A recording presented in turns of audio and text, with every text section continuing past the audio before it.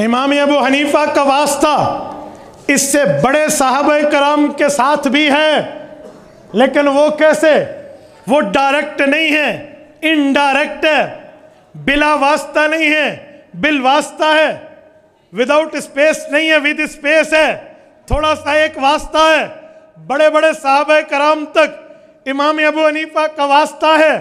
عجیب و کیا، توجہ رکھنا، ایک شخص حضرت علی المرتضیٰ کے ہاتھ پر مسلمان ہوا، نام زوتی ہے، مسلمان بنا، حسن اسلام ہوا، اسلام مضبوط کیا، حضرت علی کی کلاس کو اٹینڈ کرنے لگا، شاگرد بنا، خدمت کرتے کرتے استاد کے قریب ہو گیا، حضرت علی المرتضیٰ کے حلقہ خواص میں شامل ہوا، سیدنا علی المرتضیٰ کی گویا کلاس کا مانیٹر بنا، اور حضرت علی کا خادم یوں تھا، گھر سے فالودہ بنا تھا، پیالہ جو اس زمانے کا تھا اس میں رکھتا، اپنے استاذ محترم حضرت علی کو نوش کرنے کے لیے پیش کرتا۔ بڑا تعلق، بڑا پیار، بڑی یگانگت، بڑی مسرت، بڑی خوشی کی زندگی اس کی گزر رہی تھی۔ اس کی اہلیہ کو امید ہوئی، وہ پریگننٹ تھی، امید سے تھی، حمل سے تھی، حضرت علی کو روزانہ عرض کرتا، استاذ محترم آپ نے تو حضور کی زیارت کی ہے، ہم نے تو آپ کو دیکھا ہے، آپ ہاتھ اٹھائیں اللہ مجھے بیٹا دے، آپ ہاتھ اٹھائیں نرینہ اولاد ملے۔ حضرت علی دعا کر دیتے۔ میرے دوستو، ایک وقت آیا اس کے گھر میں بچہ پیدا ہوا، یہ اشراق کا وقت تھا، بچے کو اٹھا کے حضرت علی کے پاس لایا، حضرت علی مصلی پر ہیں، آ کر بچہ دیا۔ اللہ کا کرم، استاذ جی مجھے رب نے بیٹے والی نعمت سے نوازا ہے۔ حضرت علی نے تہنیک پیش کی، مبارکباد پیش کی، کہا میں بچہ لایا ہوں، حضور پاک نے آپ کو اقضاہم علی، اس امت کا چیف جسٹس فرمایا ہے۔ آپ علوم کے پہاڑ ہیں، علوم نبویہ کے ماہر ہیں، آپ پہ حکمت فخر کرتی ہے، علوم آپ کے سر میں وہ موجود ہیں جو رسول اللہ کے بتائے ہوئے ہیں۔ لیجئے میرے بچے کو پہلی گھٹی بھی دیجئے، یہ شہد ہے، اسے چٹوا دیجئے، اس کی برکت کی دعا کیجئے، اللہ رب العزت اس کی نسل اور اس سے علم دین کو جاری کرے۔ حضرت علی نے گھٹی دی، برکت کی دعا دی، یہ زوتی اپنے بچے کو لے کر گھر پہنچا۔ زندہ دلانے لاہور کے غیور مسلمانوں، یہ بچہ عام نہیں ہے، امام ابو حنیفہ کا ابو ہے، نعمان ابن ثابت امام صاحب کا نام ہے، یہ ثابت ابن زوتی ہے۔ امام صاحب کا واسطہ تو بڑے بڑے صحابہ کرام سے ہے۔ یار اقضاہم علی، حضور پاک علیہ السلام کا حضرت علی سے تعلق کتنا ہے؟ کوئی بات مخفی ہے؟ انا مدینۃ العلم وعلی بابھا، کوئی مذاق تھوڑی ہے۔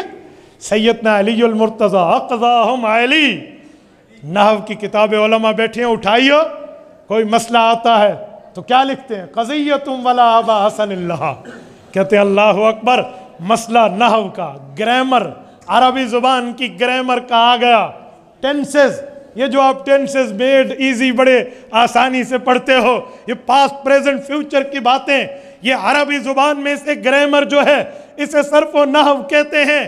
مسئلہ آ جائے مشکل تو اس وقت کے نحات، اس وقت کے صرفی کہتے تھے قضیتم ولا ابا حسن اللہ، اوہ مسئلہ آ گیا، حل بڑی مشکل سے ہوگا، اے کاش علی حیدر ہوتا، چٹکیوں میں سمجھا دیتا۔ حضرت علی المرتضیٰ تو یوں ہے، والحکمت تنطق من جوانبہ، حکمت و دانائی تو علی المرتضیٰ کی کونوں سے بھی باہر آیا کرتی تھی، کوئی مذاق کی بات نہیں ہے۔ حضرت علی المرتضیٰ کو رب العزت نے وہ زبان عطا فرمائی تھی جو لسان فیصل تھی، ایک سے دوسری بات مخالف نہیں کر سکتا تھا۔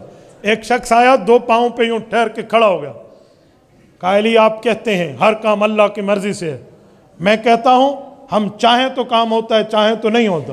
حضرت علی نے فرمایا اللہ نے ہمیں تھوڑا اختیار تو دیا ہے، لیکن اصل اختیار اللہ کے پاس ہے۔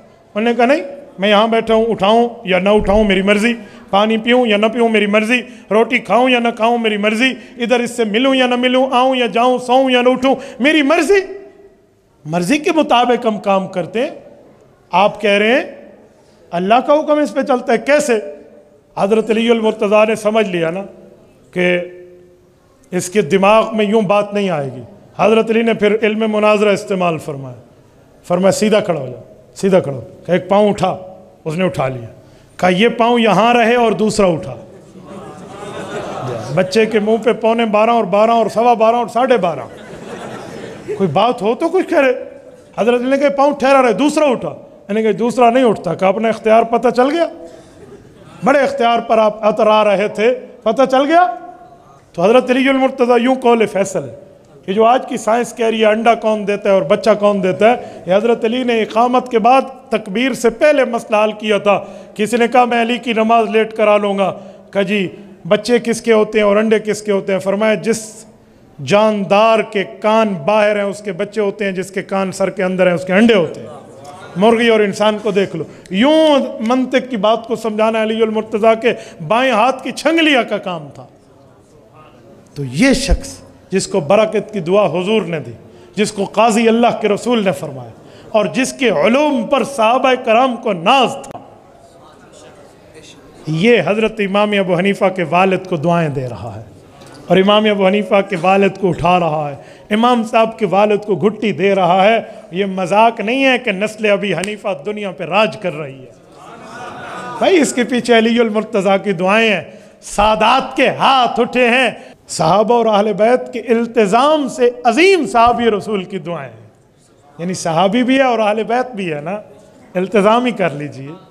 تو مذاق نہیں ہے امام صاحب رحمہ اللہ کے علوم، ایسے امام صاحب کو رب نے مرتبہ نہیں دیا، اس کے پیچھے کیا سے کیا معاملات ہیں۔ اور میرے دوستو، آپ سیدنا علی المرتضیٰ رضی اللہ تعالیٰ عنہ کے علوم سے واقف ہیں، یہ علوم حیدری امام ابو حنیفہ کی زبان اقدس سے ادا ہوتے ہیں۔ ایسے تو حنفیت دنیا پہ راج نہیں کرتی، اور امام صاحب رحمہ اللہ کا اصول ہے، امام صاحب رحمۃ اللہ علیہ قرآن کا مسئلہ ہو لے لیتے ہیں، حدیث کا ہو لے لیتے ہیں، صحابہ کرام کا اتفاقی ہو لے لیتے ہیں۔ اگر صحابہ میں کسی مسئلے پر اختلاف آ جائے تو امام صاحب فرماتے ہیں میں اس مسئلے کی طرف جاتا ہوں جس پر خلفائے راشدین کا اتفاق ہوتا ہے۔ ایسا مذاق، نحن نفضل الشیخین ونحب الختنین ونرى المسح علی الخفین، یہ امام صاحب کا قول زرعی موجود ہے۔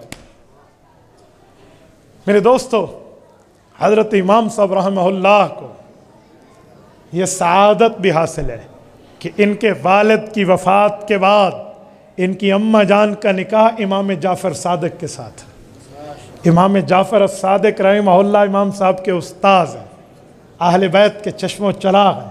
یا کہاں کہاں کی تائیدیں لاؤں حضرت امام صاحب کے لیے، اللہ کی قسم مجھے دیا گیا وقت تو یوں ختم ہو جائے لیکن اس پر دلائل ختم نہیں ہو سکتے۔ تبارک الذی نزل الفرقان على عبده ليكون للعالمین نذیرا۔